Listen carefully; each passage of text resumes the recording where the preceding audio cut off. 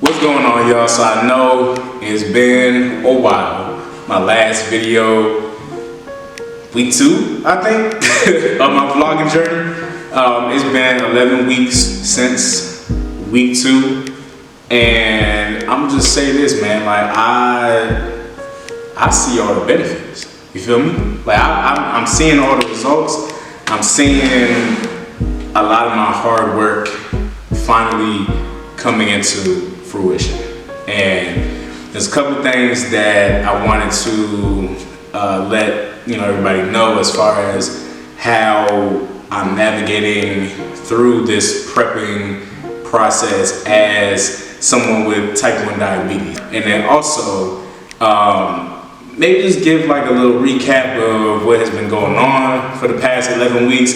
It's 11 weeks, it's a long ass time. So I'm gonna start off with the first thing that I had to realize with the weight loss. So as you lose weight, as a type 1 diabetic or just a diabetic in general, as you lose weight, the less insulin you need. So at first, when I first started out, I was around 285 to 286 pounds.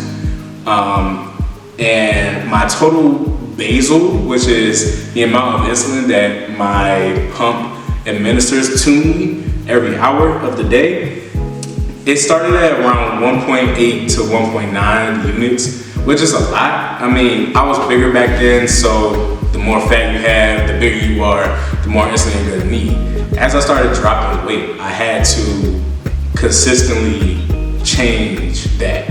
So even when I started to get around like 275 or like in the lower 270s, I had to go from 1.8, 1.9 to like 1.5, 1.6. Then as I started dropping into the 260s, I had to edit that and start at like 1.3, 1.4. Now I'm in the 250s. I'm 251 currently, and now I have to my pump administers 1.1 to 1.2 units.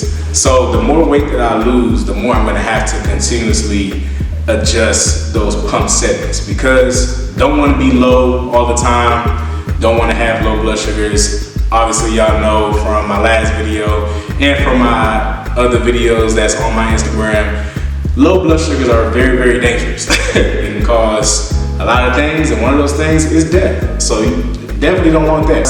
Another thing that I wanted to share is that weight loss is not gonna come fast. It's not easy. This shit is not easy. And I'm gonna tell you this, you're gonna go through a lot of plateaus. At first, I thought I was plateauing at around between 260 to 263, because it seemed like that scale was not moving. And that's another thing that you wanna really, really stay away from when you're on your weight loss journey or when you're cutting. Stay away from that goddamn scale. Stay away from that shit. Because, man, you can step on the scale. For example, I'm gonna say like in the last month, I was around 263 or like something like that, and I stayed there for maybe 2 weeks. And I stepped on the scale one day. One morning I was 261 maybe. I stepped on the scale maybe 3 days later, and I was like 265, 266. I'm like, what the fuck is going on, right? A lot of things factor into that. Water intake, stress. Maybe you put a little bit too much salt in your food and your body held on to that. It's a lot of things that go into weight loss and how your body just functions when it's trying to lose weight. So don't get caught up on that. As long as your clothes are fitting differently, as long as you feel like you're gaining, you're getting your gains or you're losing or whatever, you see those results in the mirror, that's all that matters. That's all that matters, okay? Don't get caught up on that number. Another thing is consistency. Consistency. I found that if I slightly go off of my diet, I feel like shit. and I'm gonna just be like 100%. I feel like straight shit. If I eat something that's like not necessarily on my diet, then I feel it. And that's what happens when you're super consistent, when you're really sticking to your shit, right? Because, you know, I've had my fair share of cheats, and I'm not gonna lie to you. I've had, especially like when I was around that like 260 range, or like in the 260s when I broke in, I was like, man, I've been 20 pounds down. I'm about to kind of enjoy myself just a little bit, reward myself for my hard work. But I feel like absolute trash. Okay, like after those days where I, you know, did whatever, I felt like trash. And yeah, as soon as I got back on my diet, I felt good again. You know what I'm saying? So like sometimes it's not worth it. Sometimes it is worth it. Like this past weekend, it was my birthday and I went fucking nuts, right? But I'm back to where I was at before, and I even lost a little bit of weight. So sometimes it helps. You just don't want to make it too frequent, because if you make it too frequent, it becomes a habit, and then it's harder to recover. It's just a lot that goes into that. Okay, so that's what I kind of learned as, you know, like just being a type 1 and prepping and just changing my diet and things like that, adjusting my insulin and my insulin pump, making sure that I'm eating consistently and I'm avoiding those low blood sugars, making sure that I'm at a good range for when I work out. I noticed that when I'm around 150, between 150 and like 215, 220, that's when I have my best workouts. Anything below 150 or 140, I'm low, either during the workout or after, severely low after.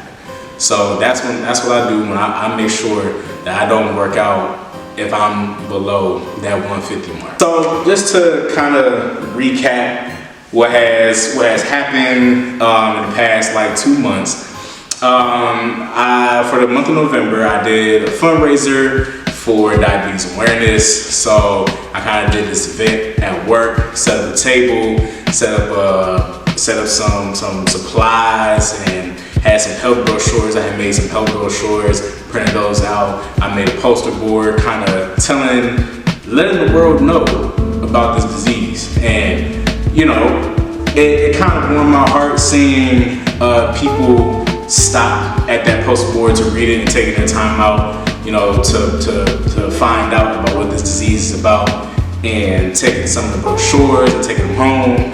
It warmed my heart, and that's really what I wanted to do. I wanted to let people know about this disease, and I'm continuing to do that. I partnered with Children's National Hospital, and they also want to partner with me as well every year. So that's very exciting. I'm gonna make sure that every year I do some type of event, whether it's a fundraising event, whether it's a 5K or whatever. That's probably sometime in the near future. But my advocacy, I'm gonna take that pretty far, because I really want people to know what this disease entails. That's really it, man. For the last 11 weeks, I've really been on the grind. I've upped my cardio. I've reduced actually the amount of meals that I eat. I was starting out at 5 meals a day. Now I eat 4, and I eat a lot more protein. I eat less carbs now, so the weight is really coming off.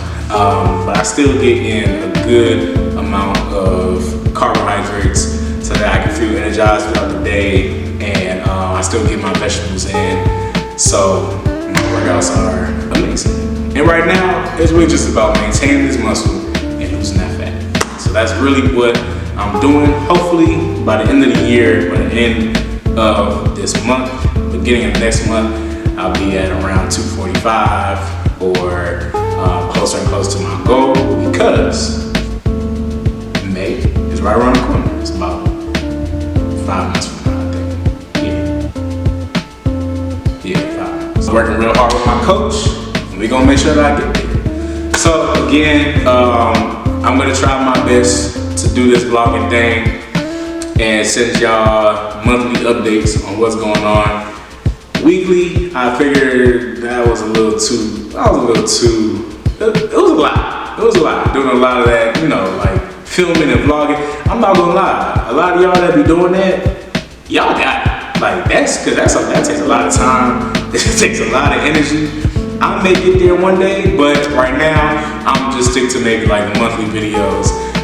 Definitely because, you know, like I got a lot going on as far as school too. I'm starting school again in January, so catch me monthly for more videos. Catch me with this weight loss.